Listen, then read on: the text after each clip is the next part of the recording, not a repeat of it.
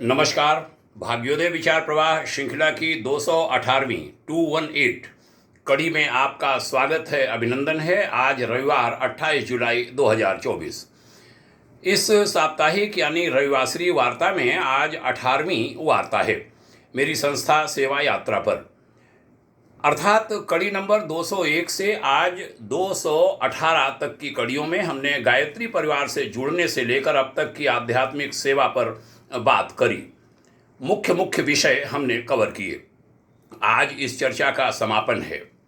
अगली कड़ी से पूर्व की चर्चाओं यानी कड़ी नंबर 1 से कड़ी नंबर 200 की भांति ज्वलंत मुद्दे मैं लूँगा और यह वार्ता श्रृंखला जारी रहेगी। बीती कड़ी अर्थात 217 नंबर की कड़ी में हमने भाग्योदय फाउंडेशन के गठन, स्थापना तथा उसकी शुरुआती यात्रा की चर्चा की थी।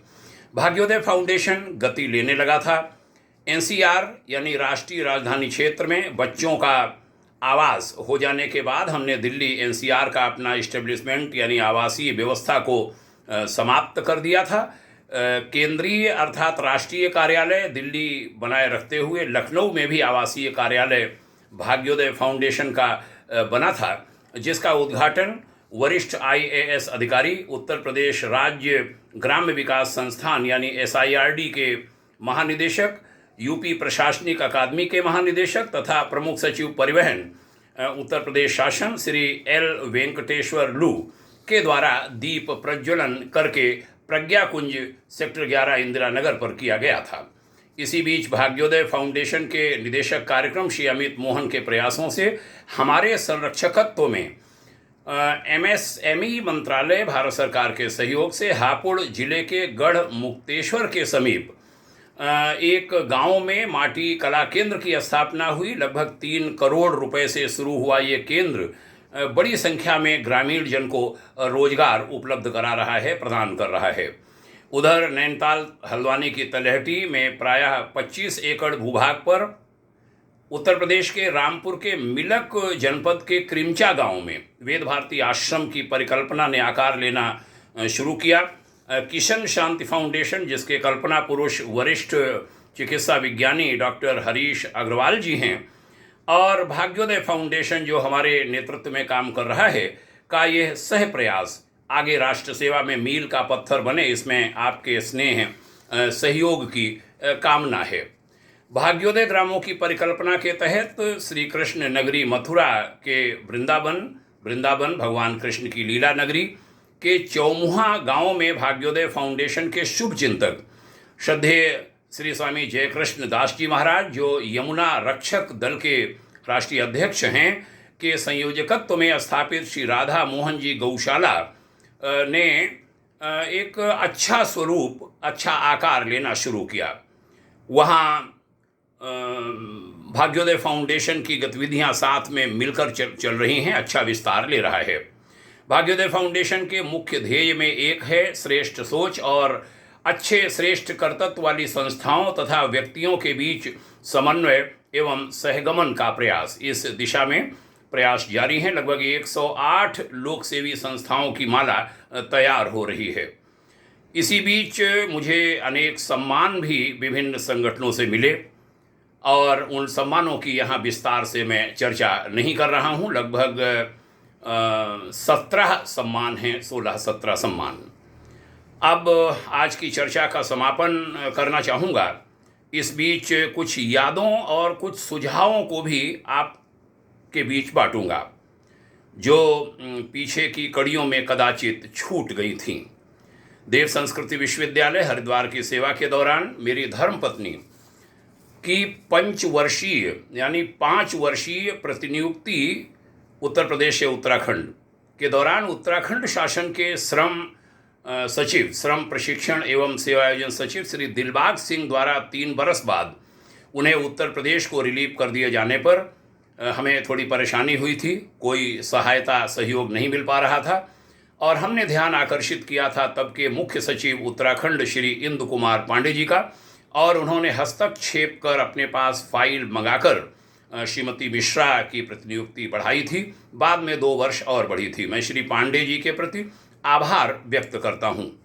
देव संस्कृति विश्वविद्यालय की सेवा के दौरान भाई भाऊराव देवरस सेवा न्यास जो लखनऊ से संचालित है, उसके द्वारा जो सेवा चेतना पत्रिका खटमासीय 6 मास में एक छपती है, प्रकाशित की जाती है, उसमें हमारे अनुरोध पर पंडित श्री राम शर्मा आचार्य विशेषांक छपा था और उसके लेखन संयोजन में अतिथि संपादक के रूप में हमारी भूमिका रही थी। इसके लिए मैं भाऊराव देवरस सेवा न्यास का विशेष रूप से आभारी हूँ। विश्व जागृति मिशन दिल्ली की सेवा के दौरान आनंद धाम दिल्ली में महर्षि वेदव्यास उपदेशक महाविद्यालय की स्थापना में हमारी अच्छी भूमिका हुई थी। पूज्य आचार्य श्री सुधांशु जी महाराज, हम और डॉक्टर सप्तर्षि मिश्र हमारे सुझाव पर ही दिल्ली पहुँचे थे।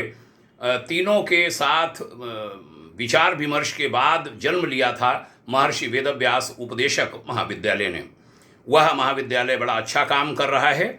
इसके लिए श्रद्धेय श्री सुधांशु जी महाराज को बधाई के साथ धन्यवाद भी देता हूँ कि उन्होंने इस विचार विनिमय में हमें भी शामिल किया था। शांति कुंज गायत्री परिवार के साथ हमने प्रत्यक्ष सेवा 27 बरस करी। परोक्ष सेवा तो आजीवन रहेगी जब तक इस शरीर में प्राण है, वह चल रही है। शांति कुंज परिवार को एक सुझाव इन कड़ियों के विराम के समय देना चाहूँगा कि चूँकि गुरुदेव पूज्यवर आचार्य श्री राम शर्मा द्वारा विपुल साहित्य इस लोक को दिया गया है, जितना किसी भी युग में किसी भी महापुरुष के द्वारा, किसी ऋषि के द्वारा, किसी कवि या लेखक के द्वारा नहीं दिया जा सका। अतः इस साहित्य संसार का लाभ सकल विश्व को मिले, इसके लिए भारत की सभी क्षेत्रीय भाषाओं तथा विश्व की जो विविध भाषाएं हैं उनमें उस साहित्य को अनुदित यानी ट्रांसलेट करने का अभियान शांति कुंज चलाए, यह अनुरोध करूंगा। विश्व में जो भी व्यक्ति सफल हुए हैं उन्होंने अपने विचारों को साहित्य के माध्यम से या अपनी वाणी द्वारा अनेक भाषाओं के जरिए ही पहुंचाया है और लोग लाभान्वित हुए हैं। परम पूज्य गुरुदेव भी ऐसा चाहते थे, पूज्यवर आचार्य श्री राम शर्मा जी, जिसे उन्होंने अपने लेखों और प्रवचनों में अनेक बार कहा भी था। यदि यह काम शांति कुंज के द्वारा संभव होता है तो गायत्री परिवार का सौभाग्य अनेक गुना बढ़ जाएगा, क्योंकि अकेले गायत्री परिवार विचार क्रांति अभियान युग निर्माण योजना को यह सौभाग्य प्राप्त है कि उनके पास इतना साहित्य उपलब्ध है और कोई विषय छूटा नहीं है उनकी लेखनी से।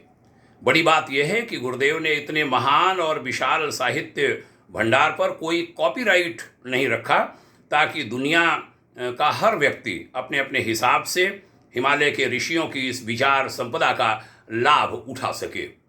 इसके लिए नमन है महान तपस्वी ऋषि पूज्यवर गुरुदेव प्रातः स्मरणीय आचार्य श्री राम शर्मा जी को। एक त्रुटि सुधार भी करूँगा। परमार्थ निकेतन ऋषिकेश की सेवा की चर्चा के दौरान हमने इतिहास प्रसिद्ध कुछ संतों की चर्चा की थी और उस चर्चा के दौरान पूज्यपाद श्री स्वामी नारदानंद सरस्वती जी महाराज, नैमिषारण्य जिनका प्रधान केंद्र है, के शिष्य तथा भारत माता मंदिर हरिद्वार के कल्पना पुरुष पूज्यपाद श्री स्वामी सत्यमित्रानंद गिरी जी महाराज के गुरुदेव पूज्यपाद श्री स्वामी वेद व्यासानंद जी महाराज का उल्लेख करना हमसे छूट गया था, रह गया था। इसके लिए क्षमा प्रार्थी भी हूँ। पूज्य श्री की स्थापना गीता आश्रम ऋषिकेश का निकट स्नेह सहयोग भाग्योदय फाउंडेशन को प्राप्त है। हमारे हार्दिक नमन। इन 18 विशेष कड़ियों को विराम देते समय देते वक्त हम अपने 16 वर्षों के प्रिय सहयोगी चिरंजीव दिलीप कुमार नायक, जो छोटा सा लड़का था जब हमारे पास आया था देव संस्कृति विश्वविद्यालय में और कोई छोटे मोटे काम में लगा था, वहाँ से कोई हमारे पास लाया था, उसको हमने साथ में सेवा में लिया था और उसने धीरे धीरे प्रगति की, टाइप सीखी। बहुत अच्छा लड़का। उसने 16 साल हमारे साथ देव संस्कृति विश्वविद्यालय, परमार्थ निकेतन ऋषिकेश और विश्व जागृति मिशन आनंद धाम दिल्ली में सेवा की थी। दिलीप को मैं सप्रेम स्मरण करता हूँ। उन्हें अपनी पारिवारिक परिस्थितियों के कारण वर्ष 2021 में अपने गृह राज्य छत्तीसगढ़ वापस जाना पड़ा था। श्री नायक के उज्जवल भविष्य हेतु हमारी ढेर सारी शुभकामनाएं, भाग्योदय परिवार के ढेर सारे आशीर्वाद। आपने ध्यान से सुना, इसके लिए मेरे आत्मीय साधुवाद। ये वार्ता और ये वार्ताएं कहूँगा सभी पात्र स्वजनों में साझा करते रहिए, शेयर करिए, यह अनुरोध भी करता हूँ। अगली कड़ी 219 जो चरण होगा, 219वां चरण, उससे साप्ताहिक वार्ताओं में, इन साप्ताहिक वार्ताओं में हम पहले की ही भांति ज्वलंत मुद्दे लिया करेंगे। शुरू करेंगे आध्यात्मिक यात्रा के उन सभी भाइयों बहनों जिन्होंने हमारी संस्था सेवा यात्रा पर अपने विचार रखने का सुझाव दिया था, जिसके कारण ही 201 से 218 तक की ये कड़ियाँ हुई। उन सभी को मैं बहुत बहुत आभार कहता हूँ, प्रणाम करता हूँ, शुभकामना कहता हूँ। आप सभी श्रोताओं को पुनः प्रणाम, बहुत शुभकामना। जय हिंद, ओम शांति।